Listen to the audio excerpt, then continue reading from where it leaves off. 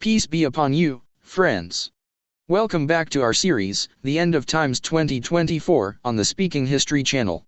Today, we dive into the epic and tumultuous history of the Crusades and their lasting impact. So, let's get started. The Crusader armies, advancing swiftly, engulfed Syria and Egypt. But they faced fierce resistance from Imad ad-Din Zengi and his son, Nur ad-Din Zengi. Imad ad-Din ended the Christian Principality of Edessa, triggering the Second Crusade in 1147. However, it ended in disaster, with both King Louis VII of Germany and King Louis VII of France returning in disgrace in 1149. Then came the Third Crusade, marked by the legendary conquests of Sultan Salah ad-Din Ayyubi.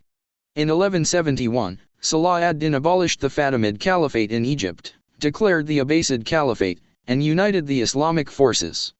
He eradicated all Christian states in Syria and Palestine and reclaimed Jerusalem. Standing on the Mount of Olives, he gazed upon the city, deeply moved by its desecration and the sight of the cross on the dome of the rock.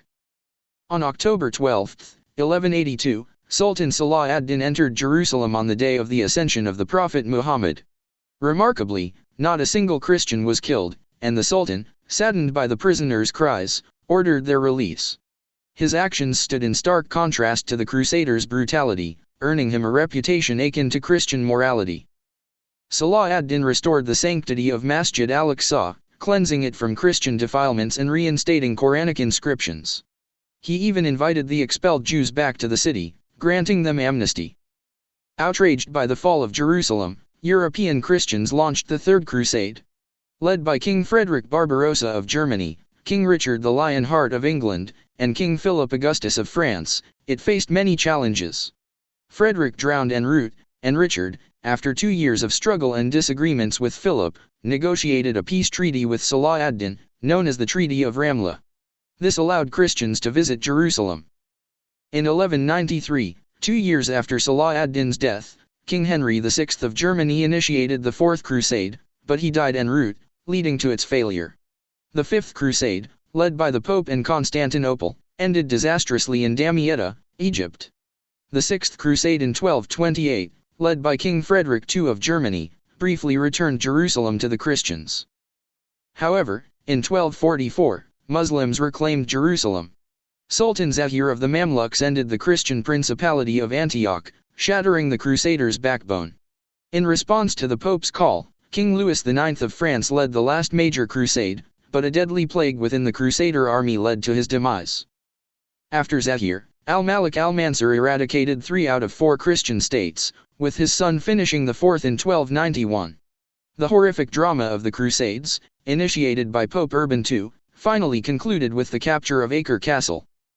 Throughout these wars, European Christians played an aggressive role, while Muslim sultans defended against the united Christian forces. The Crusades' legacy is an honor for France, the starting point of these calls to arms, shifting the balance of power and making France the center of European power. The Islamic world experienced a decline during the Crusades, with only Syria, Palestine, and Egypt feeling their full impact. Military experts are astonished at how small Islamic countries like Egypt and Syria withstood the united Christian onslaught. After repeated military failures, the Church intensified efforts to defeat Muslims ideologically, a battle that continues today. Muslims must acknowledge their role in the fate of their mosques. While we have the option to act, it would be better if external forces didn't inadvertently destroy these sacred places, delaying the appearance of our Messiah. Jews believe they must rebuild the Temple of Solomon to usher in their awaited Messiah, the Savior King who will restore their lost greatness. They await the leader who will open the sealed western wall of the temple.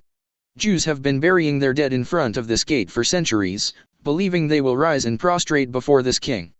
They call him the true leader, and we believe this leader will be the Dajjal, emerging during the jihad in Constantinople led by Imam Mahdi. Friends, that concludes today's episode.